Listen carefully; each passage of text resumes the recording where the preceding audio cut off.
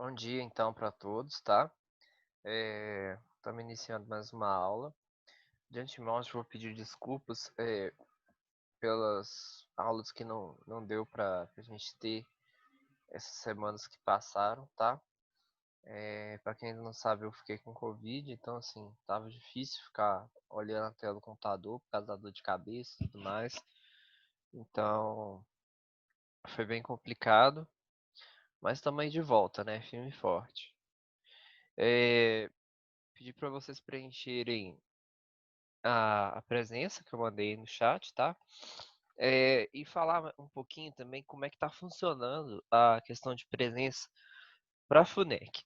É, Foi uma orientação da própria secretária, da própria pedagogia, na verdade, né? A área pedagógica da FUNEC, o SOI, de que as presenças, né, elas sejam dadas de acordo com a participação do aluno. Então, esse controle que eu mando para vocês aí, ele é mais para saber quem que está participando da aula e tudo mais. Então, por exemplo, se eu vejo um aluno que não tem feito nenhuma das atividades, aí eu vou lá nos meus controles e ver se pelo menos ele está participando das aulas. Então, assim, se ele não está nem participando das aulas e nem fazendo as atividades, aí é uma atenção a mais que a gente tem que dar, entendeu? Então, é, é mais para fazer esse controle interno mesmo, meu, tá? É, eu gostaria de saber se vocês estão me ouvindo bem, estão conseguindo ver a minha tela aí da apresentação que eu vou passar para vocês hoje. Tá tudo certo aí? Tudo certo, professor. Ah, ok.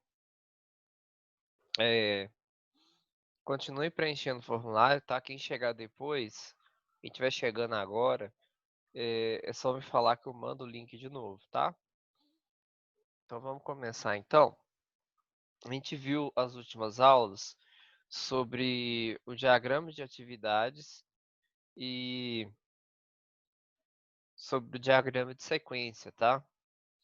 Então, o diagrama de sequência, ele é um diagrama de interação, porque ele trata das interações dos elementos do sistema, no caso, os objetos, os atores e assim por diante, tá? Então, hoje, nós vamos aprender o outro diagrama de interação que nós temos na UML, que é o diagrama de colaboração.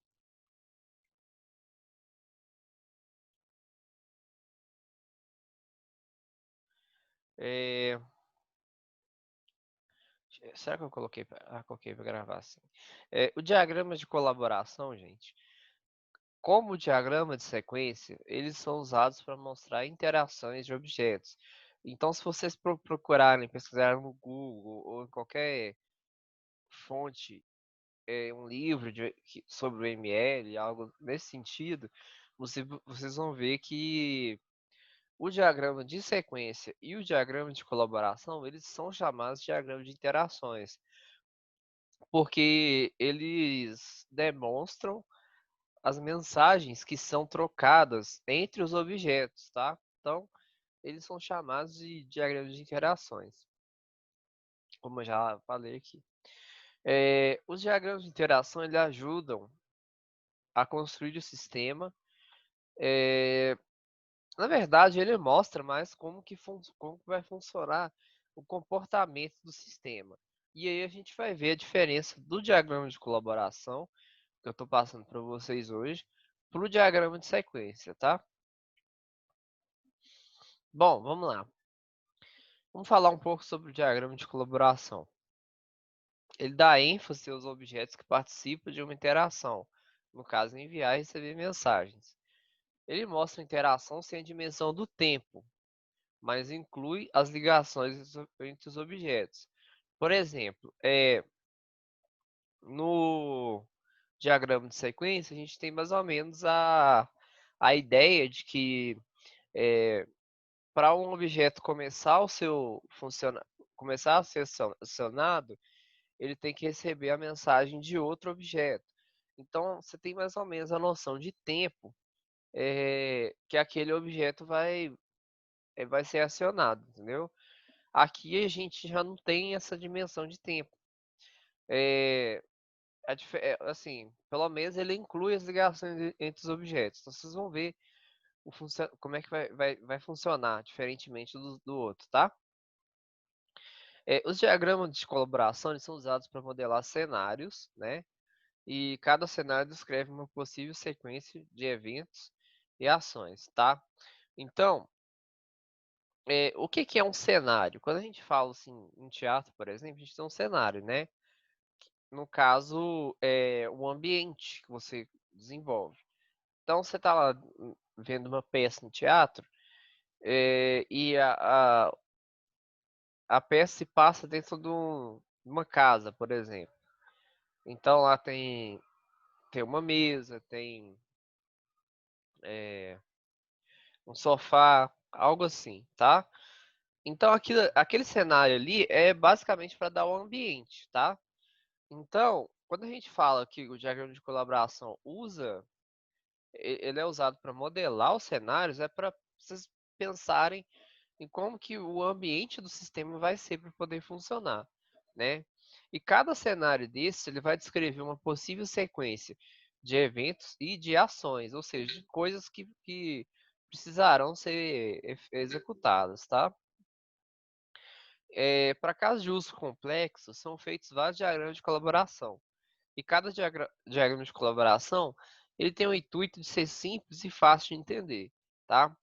Afinal, os diagramas de todos da OML, eles são usados para poder fazer com que as pessoas que vão desenvolver o sistema saibam quais são os elementos que eles vão ter e todos eles têm a premissa de serem fáceis de entender, tá? Pra se bater o olho e saber o que que o sistema vai fazer, né?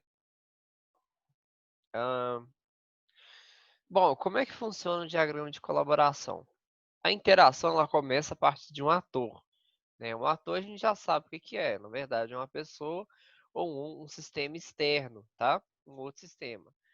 Eh, as ligações entre os objetos são mostradas e a direção da navegação pode ser indicado como pontos de flecha. Eh, ele é um pouquinho diferente do diagrama de atividades, que a gente só tem a associação, né? Eu não lembro se tem pontos de flecha, mas, enfim, o diagrama de sequência já tem, né? Então, assim, a gente sabe de onde está saindo para onde está chegando. Então, a direção da navegação, no caso, é usada as pontes de flecha para poder indicar, tá? Gente, eu tô indo muito rápido, vocês querem perguntar alguma coisa por enquanto?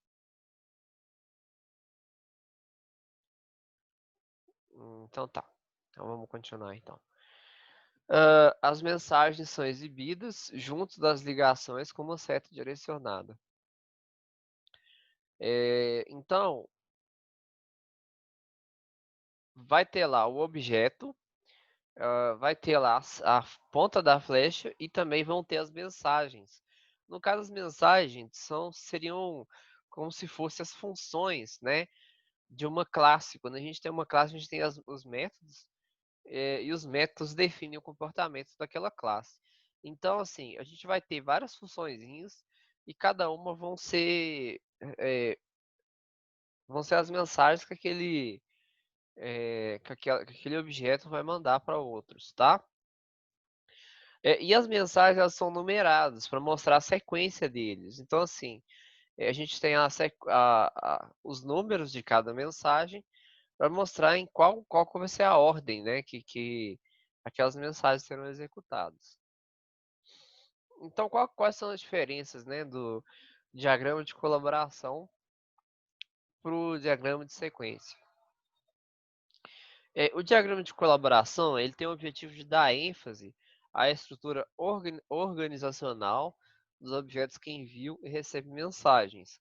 Ele também é mais adequado quando se deseja expressar mais detalhes da colaboração entre os objetos.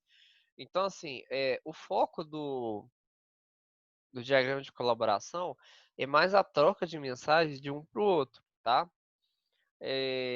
Já no diagrama de sequência, ele está preocupado em saber mais a ordem da troca de mensagens, né? Então, a ordem temporal.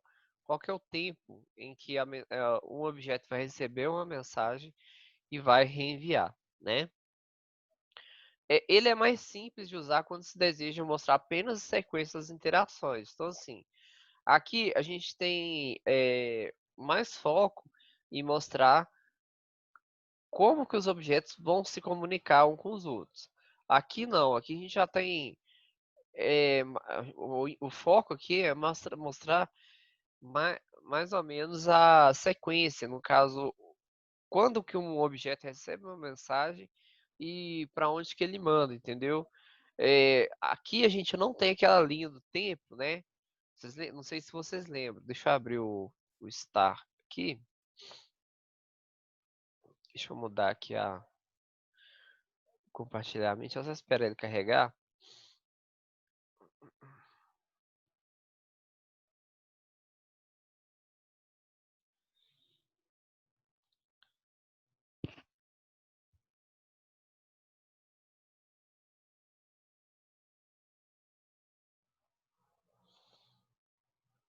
O evaluate.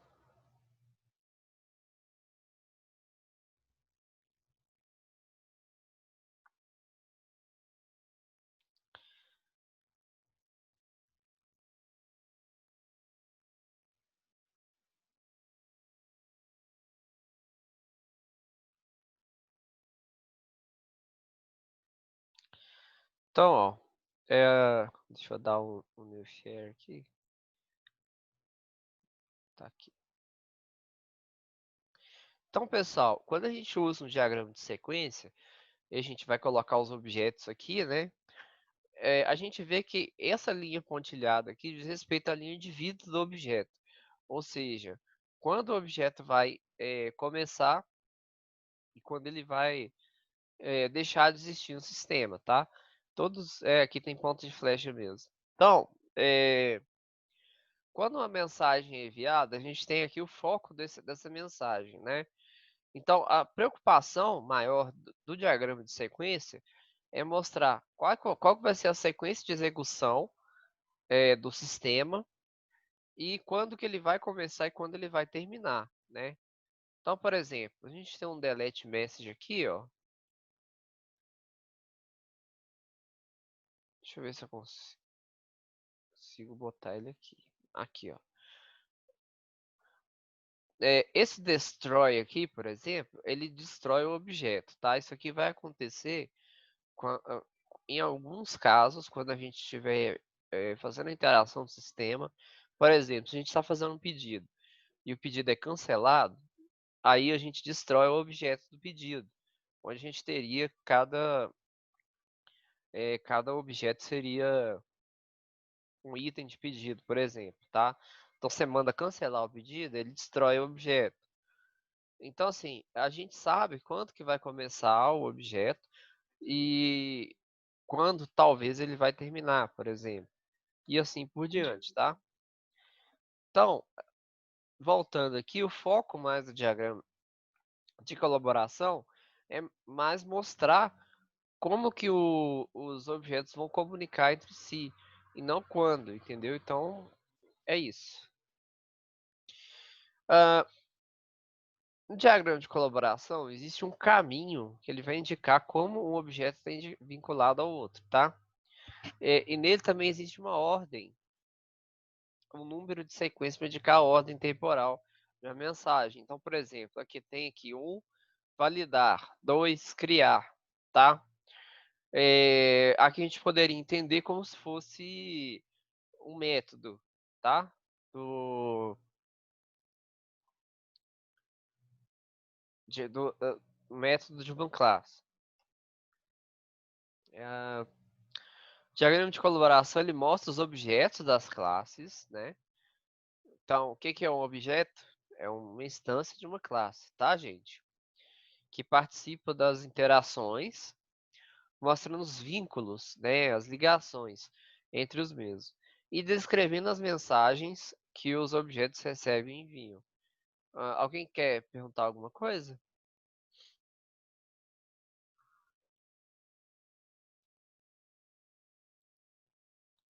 Hein, pessoal?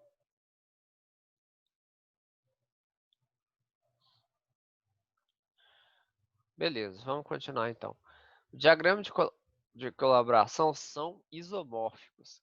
Deixa eu ver o que é essa palavra aqui no dicionário, rapidinho. Hum,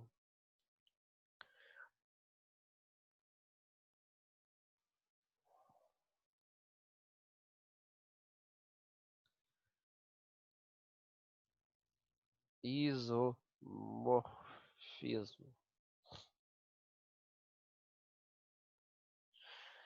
Correspondência bionívica entre os objetos, elementos de dois grupos, que preservam as operações de ambos. Ah, tá, peraí.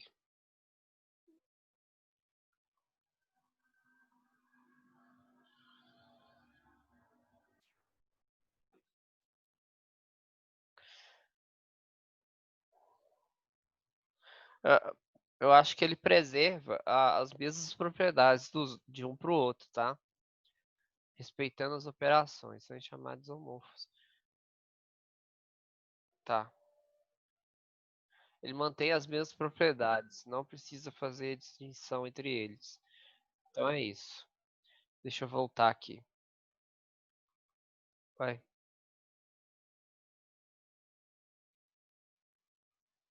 Tá aqui. Pessoal, estão todos vendo minha tela direitinho aí? A apresentação?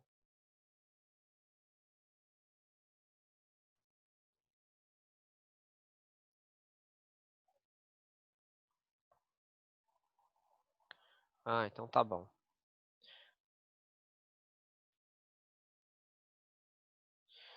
Bom, aí aqui a gente tem a anotação, tá? A gente tem um objeto passivo, né, que contém dados, mas ele não inicia atividade de controle. Ele pode enviar mensagens enquanto o processo pedido, tá? A anotação dele é um rebordo normal. Então a gente tem um objeto ativo, é um objeto que possui um processo ou um fio de controle, uma thread, tá? Ô, gente, uma thread em informática específica a gente usa quando a gente tem um- uma estrutura de controle que tem dois processos rodando, dois ou mais, né? Processo rodando numa atividade, tá? Rodando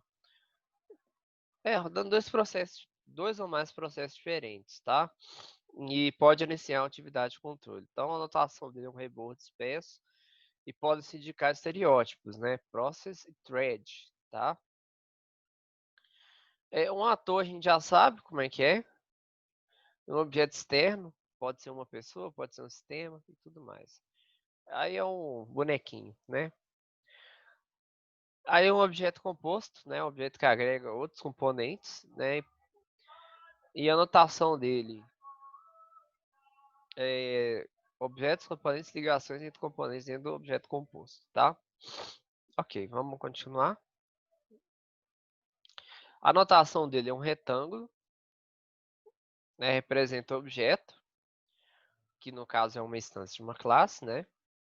As linhas, elas representam as ligações de um objeto para o outro, tá? Então, são instâncias de associações entre as classes. As setas representam as mensagens enviadas de um objeto para outro. E tem aqui o número de sequência que indica a ordem de transmissão das mensagens, onde cada mensagem tem um número de sequência. Então, assim, à medida que as mensagens vão sendo feitas, a gente tem um número para representar elas aqui, tá? No caso, é mais para saber qual que é a ordem delas. Então, aqui, vamos falar sobre os tipos de ligações. Como todas as mensagens têm de passar por ligações, para além das ligações que apresentam as associações, pode ser necessário indicar ligações mais dinâmicas. Assim, qualquer extremo de uma ligação pode indicar o tipo de ligação. Do ponto de vista no outro extremo, através do estereótipo. Então, aqui a gente tem os tipos de estereótipo que a gente usa. Então, a gente tem association, que é uma instância de associação. Parâmetro, é um parâmetro da operação do objeto que faz a chamada. Local, variável local de operação do objeto que faz a chamada. Global, uma variável global usado pelo objeto no sistema de ligação. E self, quando a gente tem uma autoligação, né, para enviar mensagem para o próprio objeto. Objetos e ligações podem ser criados e destruídos durante a execução de uma interação. Idêntico, igual na diagrama de sequência também, né?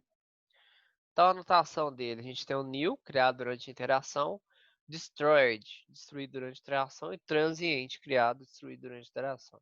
Isso aqui, gente, são casos bastante específicos, tá? Então, nem sempre a gente vai usar, nós vamos usá-los, tá? O objeto pode mudar de estado durante a execução de interação. Então, assim, replicar o objeto ligando as épocas com mensagem bicando. Vamos pegar um exemplo aqui. Então, ó, a gente tem um tratar pedido. Aqui a gente tem o ator, né?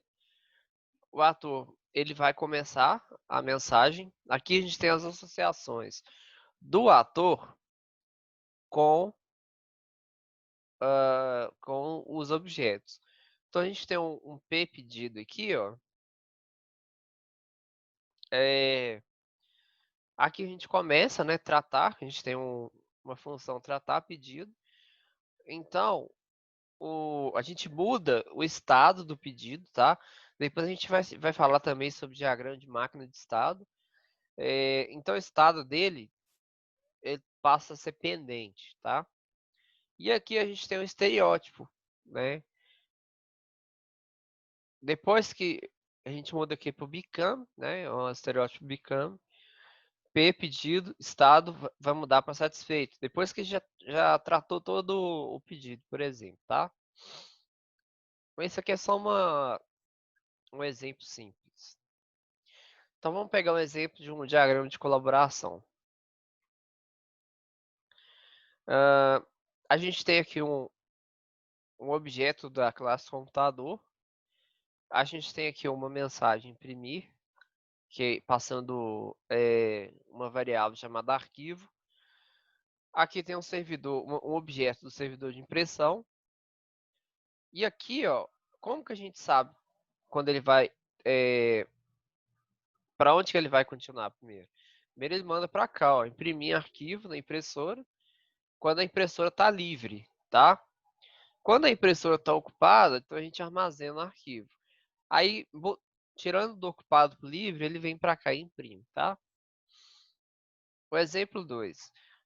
A seguir é mostrado o diagrama de colaboração para o caso de processar pedido da G@E limitado, onde pode-se acompanhar o caminho de interações e as mensagens que são trocadas, tá?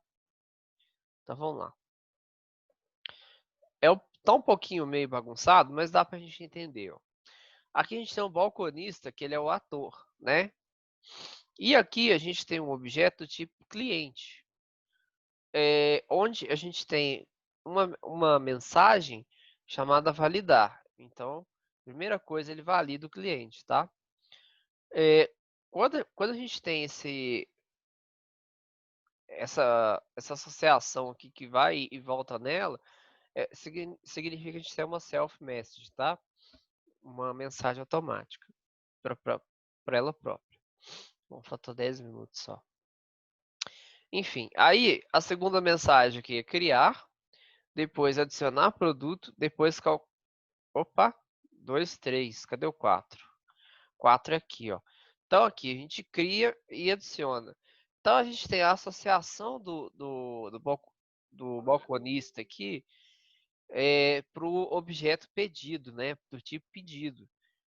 Então, ó, aqui ele cria, depois ele adiciona. Adicionar o produto. E aqui a gente tem as setas, né? As setas indicam a direção de como o processo é feito. Então, aqui, ó, como que a gente vai saber mais ou menos a ordem? No diagrama de sequência, a gente tem uma ordem bem mais definida, né? Aqui não, a gente tem que ir procurando aqui, ó, criar, adicionar produto, depois a gente vai criar o item de pedido e adicionando os produtos. Depois, a gente volta, vem aqui para o produto, né, que eu obter informação. Aí, onde está o 7? Aqui, ó, calcular preço na fatura, né? A fatura vai calcular o preço. Depois, aqui a gente volta no pedido e vem adicionar total. Aqui a gente volta depois. Engraçado, quem vai calcular total é o sistema, tá? Isso aqui tá meio equivocado. Cadê? Depois vem o 10, calcular a taxa. Aí vem o 11, calcular o transporte. Vem o 12, calcular parcial. Cadê o 13? O 13 está aqui, ó, pagamento, tá? A gente vai pedir o pagamento pro... Aqui não tá bem explícito. Cadê? Era para ser no cliente, mas enfim, né? Aí depois vem o 14, que é o validar cartão. Cadê 15? Roubaram 15, não tem ele aqui. Aí vem o 16, criar o pagamento. E o 17 dá baixa no produto. Acho que a autora esqueceu aqui do 15, tá? Aqui a gente tem um outro exemplo. A gente tem um ator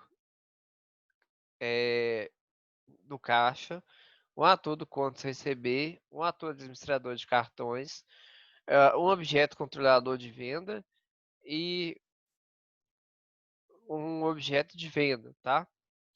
Então, ó, como é que a gente sabe a ordem? A gente sabe que o processo começa do caixa para um controlador de venda, por causa da direção da seta. E essa seta pontilhada aqui significa que o controlador de venda manda uma mensagem para cá, tá? E a mesma coisa, a venda manda uma mensagem para o controlador de venda, tá? Então vamos lá. Começa aqui, ó, pagar cartão. Isso aqui seria um método onde a gente passa a venda, o número do cartão e o vencimento do cartão, tá? Depois, a gente vem em obter venda do controlador, tá? Depois, a gente vai em efetuar venda, passando essas variáveis aqui, data, hora, ID, valor, número do cartão e vencimento. Depois a gente registra o pagamento do cartão, data, hora, ID, etc. E aqui a venda efetuada, que o controlador de venda vai mandar. Vocês podem perceber que a gente tem um aqui, ó, 1.1.1, valor.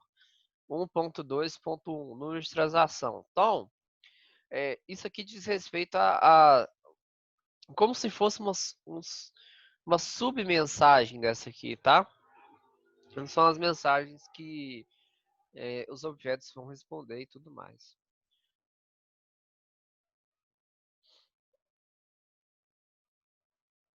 Aqui tem mais um exemplo, né? Deixa eu ver. Aqui já não tem um ator, né? O controlador de entrega de pedido prepara o pedido. Aí o pedido tem que preparar o item de pedido. Aí aqui tem as sequências do prepara, né? Que é verifica estoque. Depois vem manda a mensagem do item de estoque pedido. E aqui tem o item estoque é 1.1.1.1, tá? E por fim ele cria o pedido se o item de estoque está disponível, né? E manda aqui o pedido para entrega item. E assim por diante. Então, vocês dizer que o diagrama de colaboração ele é bem simples. A gente só define os objetos aqui. A gente já cria as associações entre eles e depois a gente define as sequências, tá?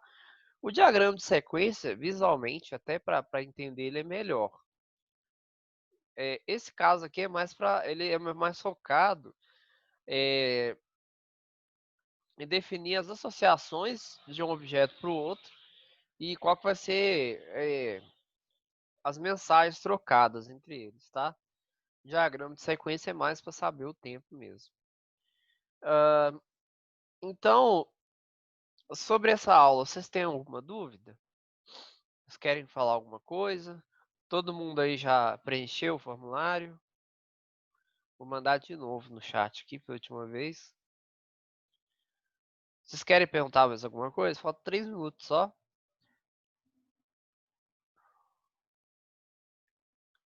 Hein?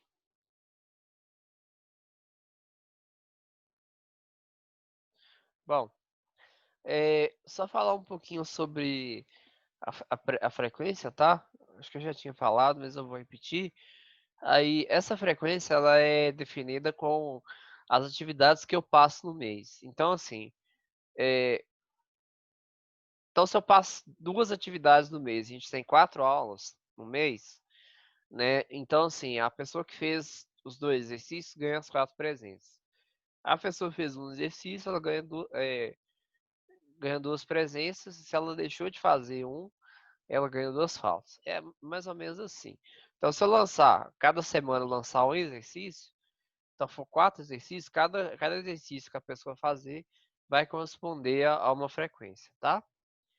Então é só para tirar essa dúvida mesmo, porque principalmente o pessoal do segundo ano tiveram muitas dúvidas com relação a isso. Aí já vou deixar bem claro aí. Então, por hoje é só, tá? Talvez eu vou passar um exercício sobre diagrama de colaboração e qualquer dúvida vocês podem mandar lá no fórum, tá? E pode mandar mensagem no WhatsApp também, mas eu vou preferir responder pelo fórum, que é um canal mais padrão, tá? Então é isso.